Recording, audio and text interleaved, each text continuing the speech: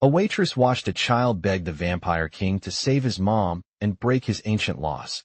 Hello everyone. Before we begin today's story, I have a small favor to ask. Please hit subscribe and turn on the notification bell so you never miss our channel's new videos. It's quick, free, and the best way to support us in bringing you more dramatic stories. Your support means the world to us. Where are you watching from? Drop your city or country in the comments below. Thank you very much. And now, let's return to our main character. Emily Carter had learned how to move quietly through rooms where she didn't belong, how to keep her shoulders relaxed even when her feet ached after 10 straight hours on the floor, and how to disappear in plain sight among people who never bothered to remember her name. At 26, she worked the late shift at a private restaurant perched near the Upper District, a place where the lights were always dimmer than they needed to be and the air felt colder no matter the season. The tips were better here, just enough to help her keep up with rent on her small studio apartment, barely 400 square feet. But the clientele came with rules that were never written down. Don't stare. Don't speak unless spoken to. And above all, don't draw attention. On nights like this, when rain slid down the tall glass windows and the city hummed low and uneasy outside, those rules felt heavier than usual. Emily adjusted the cuffs of her plain uniform and balanced a tray against her hip as the doors opened, not to a crowd, but to silence. The kind of silence that pressed against the ears. Alaric Vaughn had arrived. Everyone knew the name, even those who pretended not to. He moved through the world with the patience of someone who had never needed to hurry, tall, pale, composed, his presence bending the room without a single word. He was the Vampire King, ruler of an old order that existed parallel to the city's laws, bound by ancient codes older than the buildings outside. Emily had seen him only once before, from a distance, and had hoped never to be close enough to notice the way conversations died when he entered. Tonight, he took his seat at the center table, attendants forming a quiet perimeter, and the temperature seemed to drop a few degrees, as if the air itself recognized authority. Emily kept her gaze lowered, counting steps in her head as she approached. 3 feet, 2 feet, 1, when something broke the stillness. A small figure slipped through the open doors, soaked from the rain, shoes worn thin, hair plastered to his forehead. The boy couldn't have been more than 8 years old. He stumbled forward, ignored by the adults frozen in their places, and then, impossibly, crossed the invisible boundary around the king. Emily's breath caught. The child's name, she would later learn, was Noah Miller. In that moment, he was just a trembling boy with shaking hands and eyes too old for his face. He dropped to his knees on the polished floor, the sound echoing softly, and looked up at Alaric Vaughn with a courage that didn't make sense. "Please," Noah said, his voice cracking, words tumbling out fast and desperate. "Please save my mom." The room held its breath. Emily stood only a few yards away, her tray forgotten, watching a line she had been trained never to cross vanish in front of her eyes. She felt the weight of rules she didn't fully understand press down on the moment, ancient laws whispered about, but never explained to people like her. Alaric Vaughn did not move. His expression remained unreadable, carved from restraint and history. Yet something shifted, subtle and dangerous, as the boy spoke again, begging not for himself, but for someone else. Emily's heart pounded, not with fear, but with the sudden understanding that whatever happened next would change more than just one family's fate. And though she was only a waitress, invisible by design, she knew she would remember this moment for the rest of her life. The silence stretched until it felt unreal, like the world had paused to see what kind of man Alaric Vaughn truly was. He looked down at the boy kneeling before him, rainwater pooling beneath Noah's thin knees, and for several seconds no one dared to breathe. The ancient laws were not spoken aloud, but they were present in every stiff posture and every averted gaze. Vampires did not intervene in human fate unless the balance demanded it, and balance was never swayed by tears. Alaric's voice, when it came, was calm and measured, carrying effortlessly across the room. He asked the boy for his mother's name. Noah swallowed hard and answered, "Sarah Miller," his voice barely steady enough to form the words. At the sound of that name, something shifted behind the Vampire King's pale eyes, subtle but unmistakable, as if a door long sealed had cracked open. Emily saw it from where she stood, a flicker of recognition that did not belong in a ruler carved from centuries of restraint. Murmurs rippled through the attendants, quickly silenced, because names mattered in the old world, and this one clearly carried weight. Alaric asked where the woman was now, and Noah explained between shaky breaths that his mother had collapsed earlier that day, that no hospital would take her without insurance, that he had run until his lungs burned because someone once told her that the king kept his promises. The words landed heavier than any accusation. Emily felt her chest tighten, not because of fear, but because of the boy's faith in a system that had never once been kind to people like them. Alaric rose from his chair, and the motion alone caused several attendants to step back instinctively. He did not touch the boy. He did not offer comfort. Instead, he turned his gaze outward, scanning the room as if measuring consequences that only he could see. The ancient laws were clear, but so were the debts written into his memory, moments of mercy long buried beneath rule and ritual. Emily's hands trembled as she finally set her tray down on a nearby table. Without thinking, she stepped closer and crouched beside Noah, careful not to cross the invisible boundary that separated human and sovereign. She did not speak to the king. She simply placed a steady hand on the boy's shoulder, grounding him, reminding him that he was not alone in a room full of power. Alaric noticed that too. His attention shifted briefly to the waitress, her posture calm, her eyes level, not defiant, but unafraid. It was a small thing, insignificant by any official measure, yet it anchored the moment in something painfully human. When Alaric spoke again, his decision was already made. He ordered his guards to prepare a discreet escort and named a location known only to a few, a place where rules bent but did not fully break. The room reacted instantly, some with disbelief, others with quiet alarm, because intervention came with a price. The laws would remember this night. Noah looked up, hope breaking through his fear, and whispered "thank you" before anyone could stop him. Alaric did not respond. He merely turned away, cloak settling around him like shadow, already moving forward as if hesitation itself were a luxury he could not afford. Emily remained kneeling for a moment longer, her heart racing, fully aware that by witnessing this choice, she had stepped into a story far larger than her own. She did not know what consequences would follow, only that something ancient had shifted, and that once set in motion, it would not stop with a single act of mercy.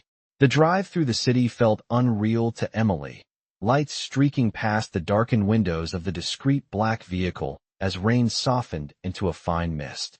She sat beside Noah, who clutched his damp jacket with both hands, eyes fixed forward as if afraid that looking away might undo everything that had just happened. No one spoke.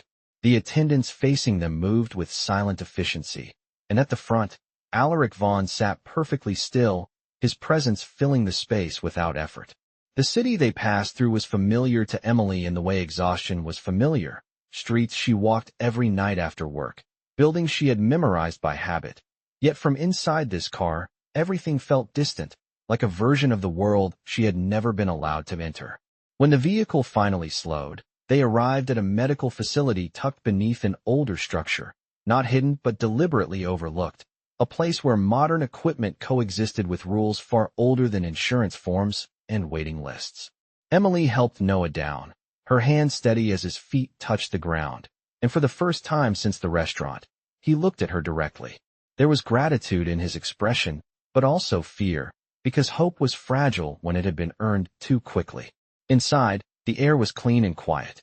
Alaric gave instructions in a calm, precise tone, and people moved immediately, not out of panic, but out of respect.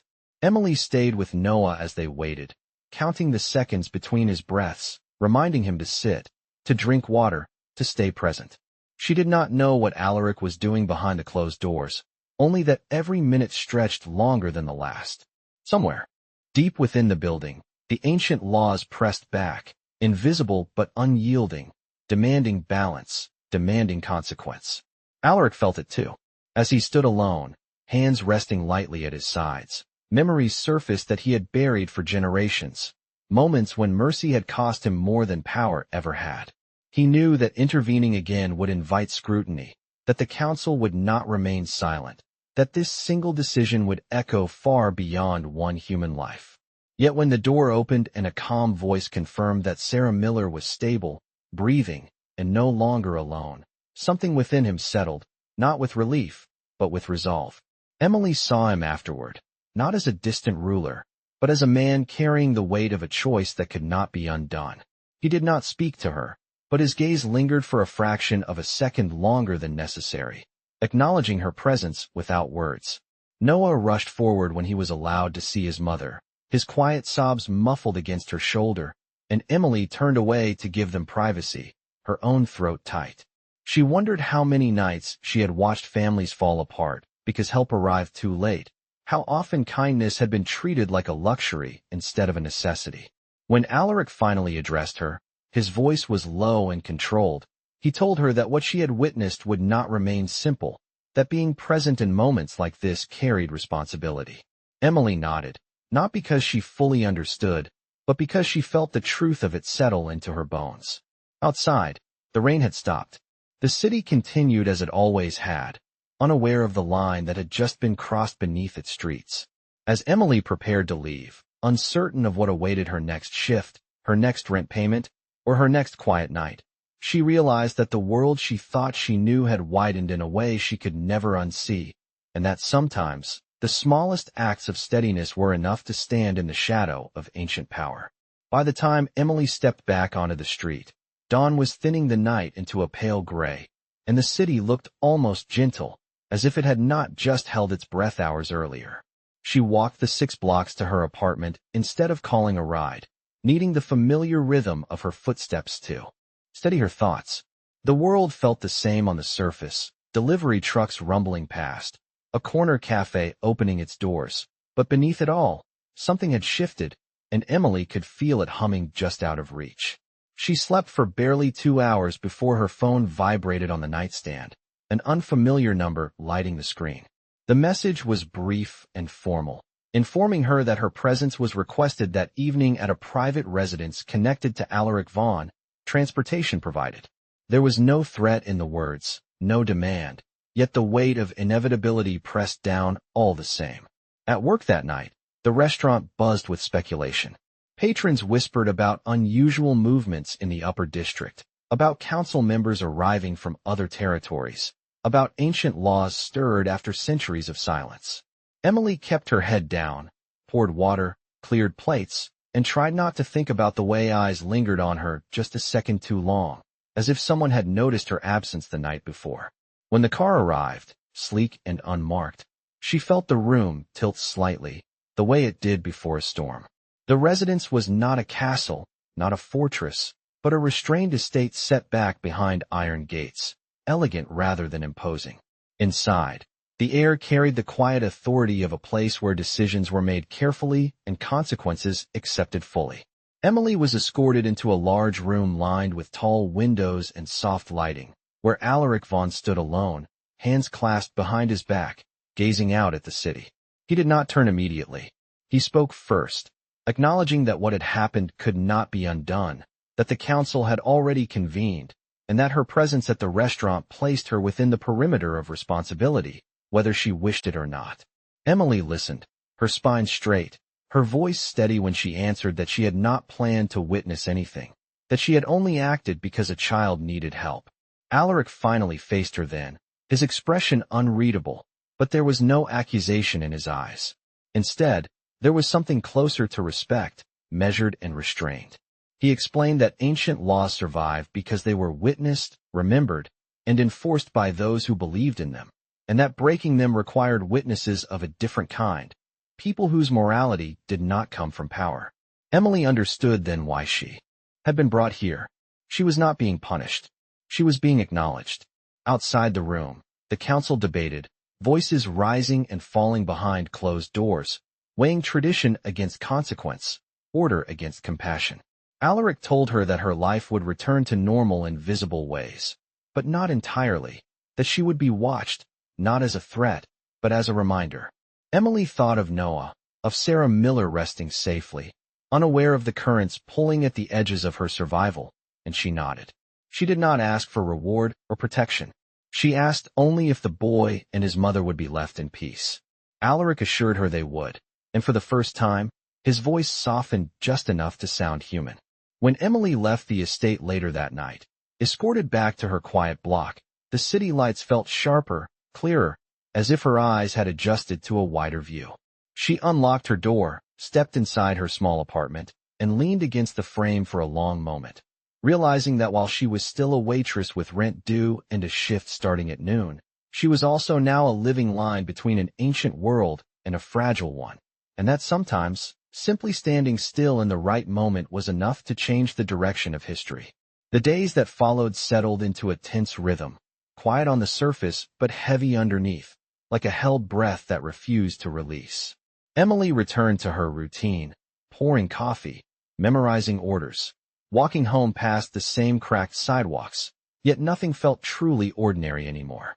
She noticed subtle changes first: a black sedan parked across the street for hours without reason, unfamiliar faces lingering near the restaurant entrance, questions disguised as small talk from patrons who suddenly knew her name. She understood without being told that observation was not protection, it was consequence.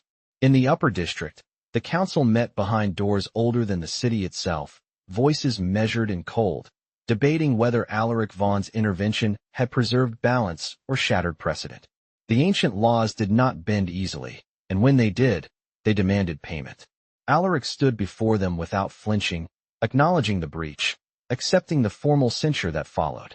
He relinquished certain privileges, subtle but significant: influence over trade routes, delayed authority in territorial disputes, symbolic losses that signaled weakness to those waiting for it. He did not argue. He did not justify himself. When asked why he had chosen to act, he answered simply that some debts were older than law. Meanwhile, Sarah Miller recovered steadily, unaware of the price paid for her second chance. Noah returned to school, carrying a quiet confidence that did not belong to a child his age. And when he spoke of that night, he spoke of the king not as a ruler, but as someone who had listened. Emily visited once, standing at the edge of the small apartment, declining thanks she did not feel she deserved. She left groceries on the counter and slipped away before emotion could turn the moment into something heavier. The distance was necessary. She knew that closeness would draw attention she could not afford. One evening, another message arrived, requesting her presence again, not at an estate this time, but at a neutral location overlooking the river. Alaric Vaughn waited there, the city lights reflecting off dark water below, his posture relaxed, but his expression weighed by thought. He spoke of the council's decision, of the fractures forming within the old order, of how mercy had become a signal others would test. Emily listened, hands folded, aware that she was not there by accident. He told her that the ancient laws survived because they forgot the faces they affected, and that remembering those faces made rule more difficult, but more honest. Emily answered carefully, telling him that she had not acted to challenge laws or kings, only because standing still felt wrong. Alaric considered her words longer than necessary, then nodded, as if confirming something he had already suspected. He told her she was free to refuse any future involvement, that no demand would be placed upon her. Yet both of them understood that freedom was no longer simple. As they parted, the river continued its steady flow, indifferent to power and debate alike. Emily walked home beneath flickering streetlights, aware that her life would continue much as before: shifts, bills, quiet nights, but also knowing that a line had been crossed within her as well. She had seen what happened when innocence confronted authority, and she could not unsee it. Somewhere above the city, ancient laws adjusted to a new tension, and somewhere within a vampire king, certainty gave way to something far more dangerous: the possibility that kindness, once witnessed, could never be fully erased. The shift came quietly, without ceremony, the way real changes often did. Emily felt it first in the restaurant, when a dispute broke out between a patron and a young busboy over a spilled drink, voices rising sharp and unnecessary. Before management could intervene, the tension dissolved, not because of fear, but because the patron suddenly seemed aware of himself, embarrassed by his own excess. Emily watched from across the room, unsettled, realizing that the air itself felt different, as if restraint had learned a new language. In the upper districts, Alaric Vaughn noticed it too. Reports arrived describing subtle disruptions, minor defiance among council members, questions asked that would not have been spoken aloud weeks earlier. Mercy had created an echo, and echoes traveled. The ancient laws had always relied on distance, on the separation between ruler and consequence, but that distance was narrowing. Alaric stood alone one evening in a high chamber overlooking the city, lights stretching for miles like constellations bound to the ground, and for the first time in centuries, he felt uncertainty without anger.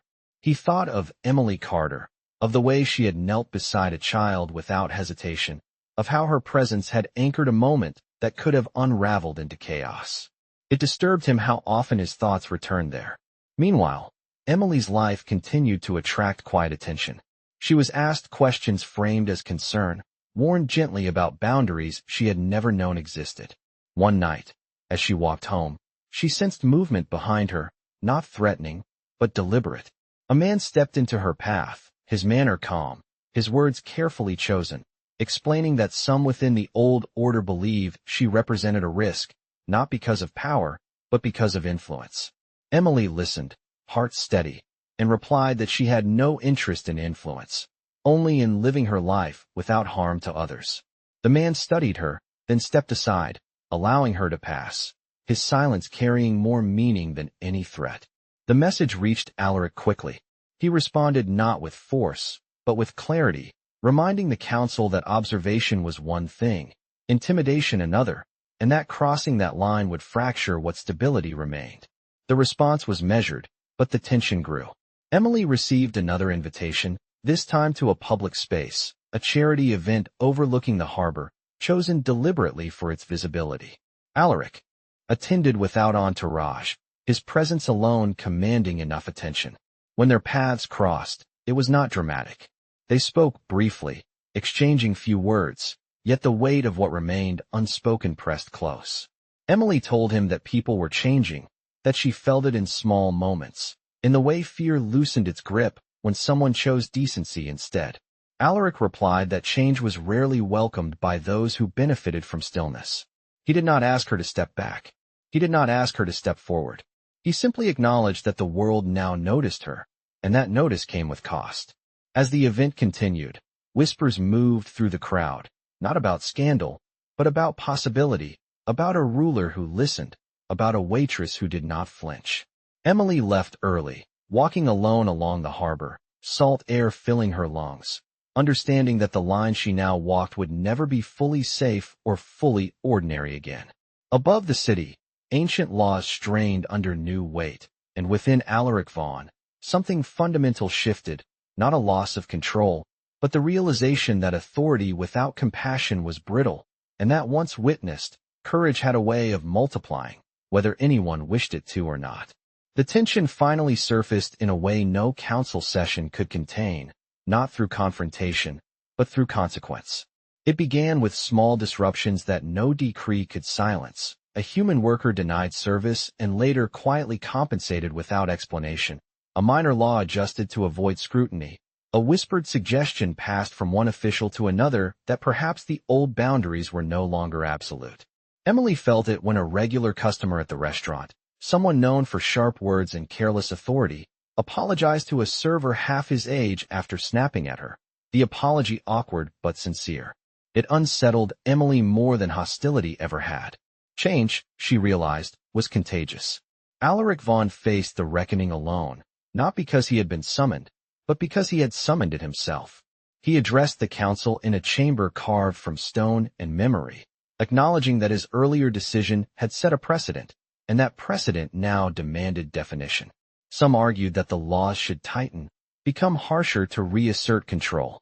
Others, quieter but growing in number, suggested that rigidity was what had made the laws vulnerable in the first place. Alaric listened to all of it, then spoke without raising his voice, stating that ancient laws existed to preserve balance, not to excuse indifference, and that a system unable to endure compassion would eventually collapse under its own weight. The chamber did not erupt. It went silent. That silence marked the true fracture. Outside those walls, Emily was living with the subtle costs of visibility. Invitations stopped arriving. Instead, expectations did. People looked to her reactions, measured her responses, watched for signals she had never intended to send. She felt the strain of it one evening when Noah appeared at the restaurant doorway after school, holding a drawing he wanted to give her, a simple sketch of a tall figure standing beside a smaller one beneath a wide sky. Emily smiled, thanked him, and gently reminded him to go home, knowing that even kindness now required caution. The drawing stayed with her long after her shift ended. Alaric saw the fracture spreading, not as chaos, but as questioning. Some vampires withdrew, others adapted, a few resisted quietly, testing the edges of tolerance. He chose not to suppress it. Instead, he adjusted his governance, delegating authority, decentralizing decisions, accepting inefficiency where control had once been absolute. It cost him influence, and it cost him certainty, but it stabilized something far more fragile. One night, he stood again overlooking the city, feeling its pulse without imposing his own, and understood that power could not be preserved by isolation forever. Emily received a final message, not a summons, but an acknowledgement, thanking her for remaining exactly as she was. She did not reply. She did not need to. The city continued, imperfect and loud, filled with small injustices and quiet corrections, but something fundamental had shifted beneath it. Ancient laws still existed, but they now carried the memory of a child kneeling in the rain and a waitress who chose not to look away. And as Alaric Vaughn turned back toward the future he could no longer fully control, he accepted that this was the true cost of rule, not loss of authority, but the responsibility of having seen, and the impossibility of returning to blindness once compassion had been allowed to stand in the open. The cost became visible not in dramatic gestures, but in the narrowing of margins, the places where flexibility once existed and now demanded choice. Emily felt it when her manager quietly told her. The restaurant would be closing 2 nights a week, investors uneasy with attention they did not understand, and when her hours were cut just enough to matter. She adjusted, picked up a morning shift at a diner across town, rode the bus an extra 40 minutes each way, and kept going. Resilience, she had learned, was not loud. It was persistent. Alaric Vaughn faced a parallel reckoning as allies recalculated their distance, treaties paused for review, and neutral territories asserted independence that would have been unthinkable months earlier. He accepted the rebalancing without retaliation, issuing clear guidance that retaliation itself would signal fear. The council watched closely, some waiting for failure, others quietly relieved by the steadiness of his response. In the city, the ripple reached ordinary lives. A community clinic expanded hours after a donation arrived without a name attached. A school counselor position was restored after months of delay. None of it could be traced directly, but patterns emerged, and people noticed. Emily noticed too, when Sarah Miller returned to work part-time, and Noah ran up the diner steps to wave, his smile unburdened by the urgency that once drove him through rain. Emily waved back and felt something settle, not pride, but alignment, the sense that effort had landed somewhere real. One evening, as autumn cooled the air and leaves gathered in small drifts along the curb, Emily received a final invitation, not to meet Alaric, but to attend a public forum convened by the council and open to observers, a symbolic act that would have been dismissed as theater before. She went, sat in the back, and listened as Alaric outlined revisions to enforcement protocols, emphasizing transparency and measured discretion, language careful and restrained. Questions followed, some sharp, some sincere. He answered all of them without deflection. Emily watched faces in the room change, skepticism easing into something like cautious trust. Afterward, as people filtered out, Alaric approached her briefly, not as a ruler seeking validation, but as someone acknowledging a shared understanding. He told her the council would continue to argue, that stability would remain imperfect, and that the burden of example would persist. Emily replied that imperfection was the only condition people ever truly lived under. He smiled faintly, a rare expression, and thanked her for choosing steadiness when spectacle would have been easier. Outside, the city felt crisp and alive. Emily walked, home with her coat pulled tight, passing storefronts closing for the night, hearing laughter spill from a bar, the ordinary chorus continuing. She thought about the line she walked now, still thin, still watched, but no longer isolating. Responsibility had not erased her life, it had clarified it. Above the skyline, lights blinked in patient patterns, And somewhere within the old order, rules adjusted again, not breaking, but learning the shape of restraint. Alaric returned to his chambers and removed the symbols of office he no longer needed at every hour, setting them aside with care. Authority, he understood now, did not diminish when shared, it sharpened when accountable. As the night deepened, the city breathed on, carrying forward the memory of a choice that refused to disappear, and preparing, quietly, for what came next.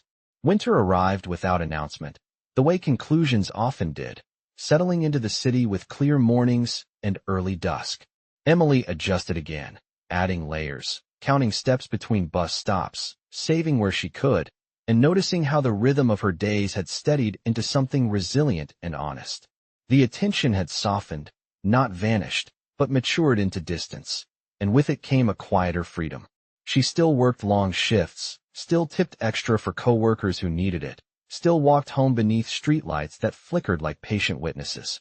Sometimes she saw Noah after school, taller now, laughter easier, his mother's strength returning in small, reliable ways. They spoke briefly, warmly, and then parted, each carrying forward without ceremony.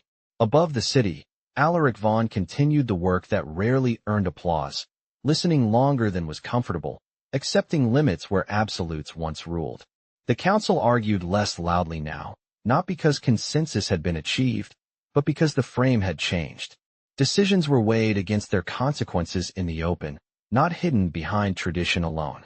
Authority remained, but it breathed.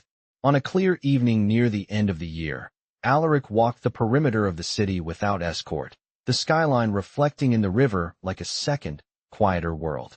He thought of the night rain had blurred the streets and a child had knelt where rules said he should not, and of the woman who had knelt beside him without asking permission. He understood then that power endured not by resisting every exception, but by recognizing the moments that defined it. Emily felt the closure arrive. In a simple way, through a letter slipped beneath her door, and signed, brief, acknowledging the role she had played and affirming that no further obligation remained. She folded it once, placed it in a drawer, and went to work. The city hummed as it always had, imperfect, uneven, alive. At the diner, a regular left a larger tip than usual with a note thanking the staff for kindness during a hard month. Emily smiled and passed the note along. Kindness, she knew now, did not belong to those who claimed it, but to those who carried it forward.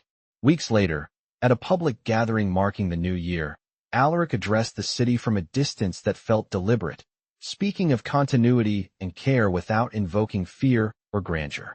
The crowd listened, not because they were compelled, but because the words rang familiar. Emily stood among them, anonymous and at ease, feeling no pull to step forward or hide. When the speech ended, there was no spectacle, only steady applause and the return to ordinary nights. As the lights reflected off snow-dusted sidewalks, Emily walked home with her hands in her pockets, breath visible in the cold, content with the shape her life had taken. Somewhere above the rooftops, ancient laws continued their long work, intact yet altered by memory, and a vampire king turned toward a future that required vigilance tempered by humility.